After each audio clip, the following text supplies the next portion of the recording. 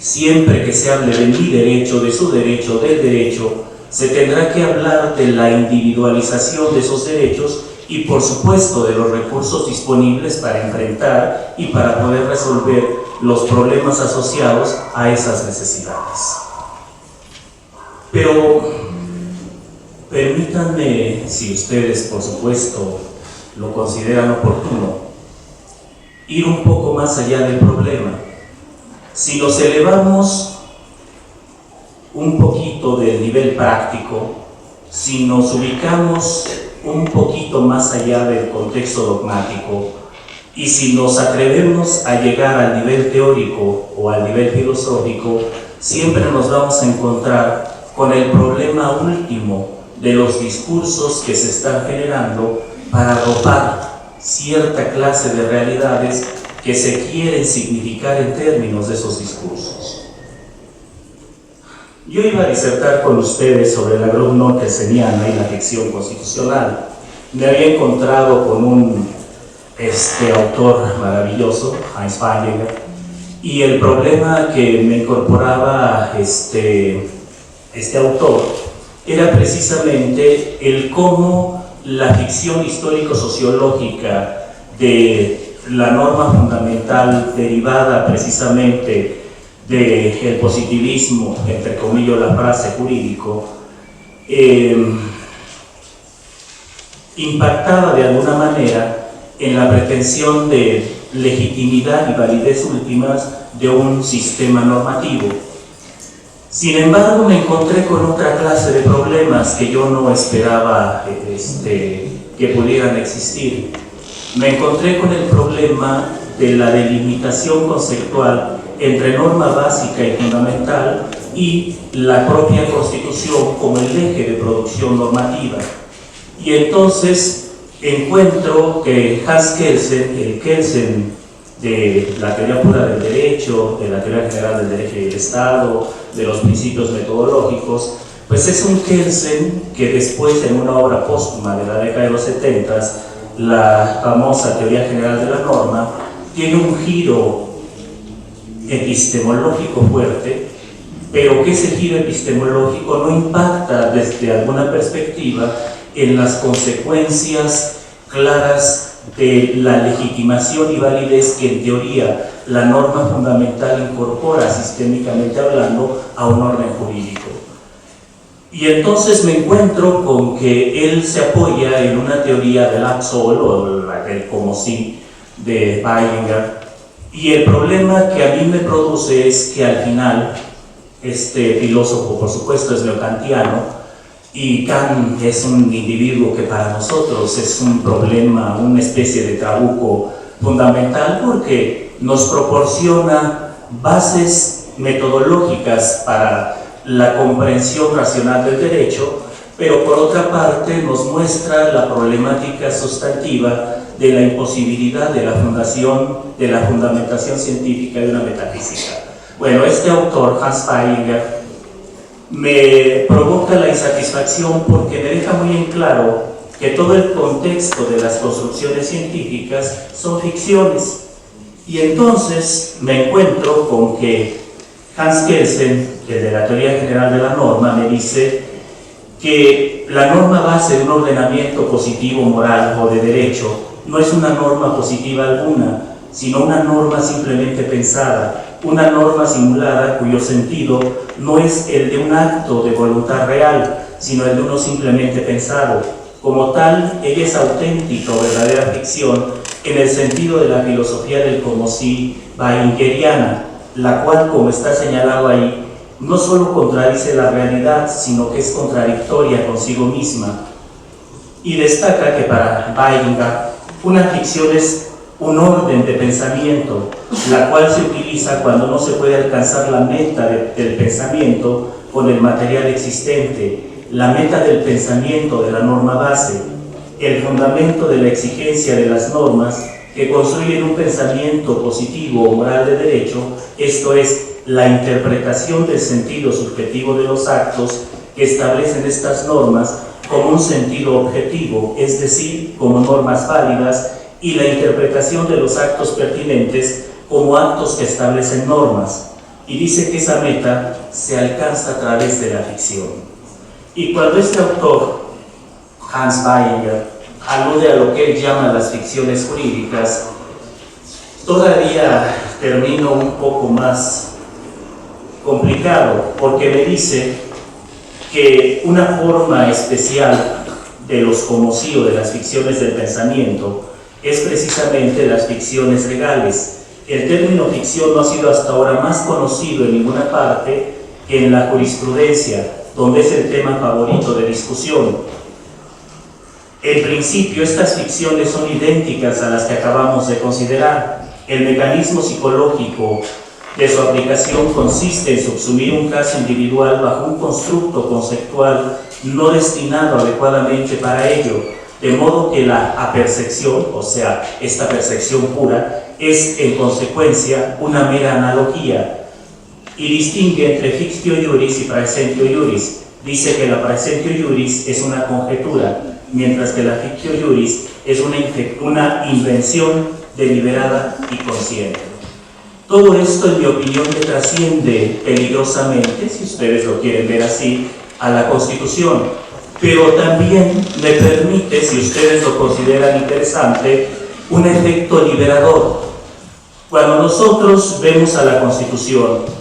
por supuesto que la podemos ver desde diversas perspectivas. La podemos ver desde una perspectiva política, desde una perspectiva ontológico-sociológica, la podemos ver desde una perspectiva jurídica, o incluso podemos verla como la suma de los factores reales de poder. Sin embargo, hay que destacar que al menos en el positivismo jurídico, y que en mi opinión podría trascender a cualquier pretensión teórica con carácter historicista, y entendiendo por historicismo aquellas pretensiones que intentan encontrar una construcción a partir de predicciones, ¿sí?, podríamos encontrar esta problematización. La alumno como ficción es una herramienta mental útil que como hipótesis funciona como una especie de engarce entre realidad y abstracción jurídica.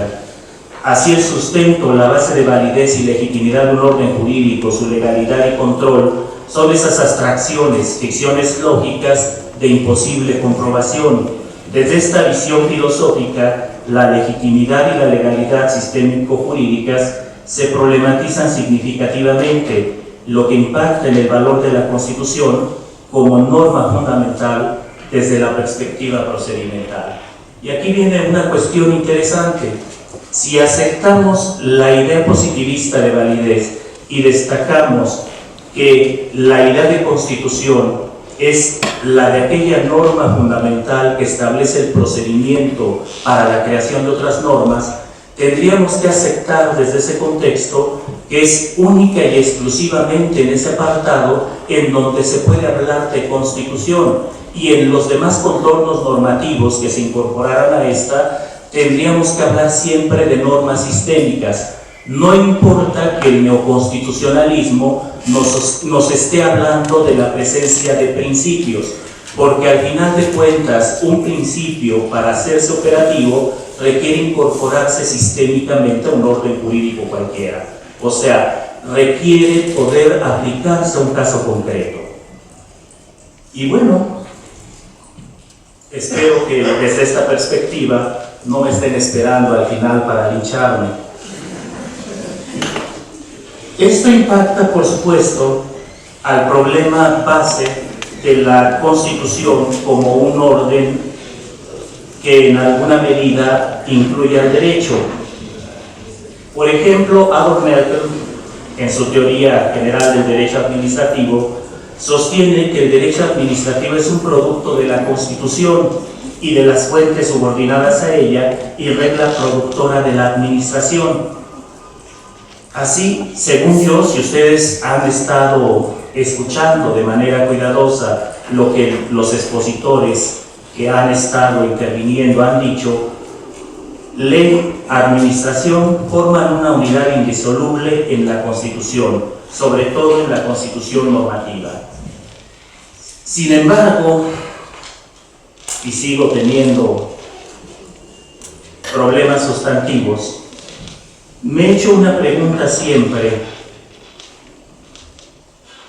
del por qué nosotros, los juristas especializados en derecho administrativo, hemos peligrosamente ignorado el papel de la historia. Alguien en el siglo IV a.C. ya había destacado que constitución y gobierno tienen la misma significación, que el gobierno es el supremo poder de la ciudad y que la constitución es la organización de los poderes en las ciudades, de qué manera se distribuyen y cuál debe ser en la ciudad el poder soberano y el fin de cada comunidad, mientras que las leyes pregonan el modo de cómo los gobernantes deben gobernar y guardar el orden legal contra los transgresores. Este autor del siglo IV ya estaba aludiendo precisamente al apartado orgánico de la Constitución, y estoy hablando ni más ni menos que de Aristóteles y de su obra base, La Política. Los juristas especializados en derecho administrativo creemos que el neoconstitucionalismo inventó la Constitución. La Constitución es un fruto más antiguo, todavía más antiguo. Sin embargo, quiero mostrarles que lo que aquí se ha dicho no es tan errado. El problema de cómo la pretensión de constitucionalización de la administración lleva peligrosamente a esa desconstitucionalización sobre texto de la famosa especialización. Y esto lo pueden ver ustedes si analizan el problema de la llamada posburocracia, que es un paradigma que se ha venido incorporando a la administración pública desde la década de los 90. Esta posburocracia supuestamente tiene su génesis en aspectos como la economía competitiva centrada en el mercado, la mundialización o globalización, la nueva gestión pública, ¿sí?, la aparición de las administraciones supranacionales, el desarrollo de la idea de gobernabilidad, gobernanza o gobernación, como quiera llamarlo, la necesidad del desarrollo sostenible, la urbanización total de la población, la ciudadanización de las administraciones y las nuevas técnicas de información y de la comunicación. Este paradigma ha permitido incorporar en la administración pública acciones de mejoramiento de la eficacia, formulación de planes financieros y estrategias de gestión, descentralización, reforma y reestructura del servicio profesional de carrera, nuevas técnicas y culturas de gestión, y participación de los usuarios, mecanismos de mercado, mayor autonomía para las empresas paraestatales, participación de la sociedad en la ejecución de las reformas, privatización de empresas públicas y desregulación de las empresas privadas. Todo esto lo pueden encontrar ustedes, por ejemplo, en el informe del secretario general de la ONU, A60-114, de 12 de julio de 2005,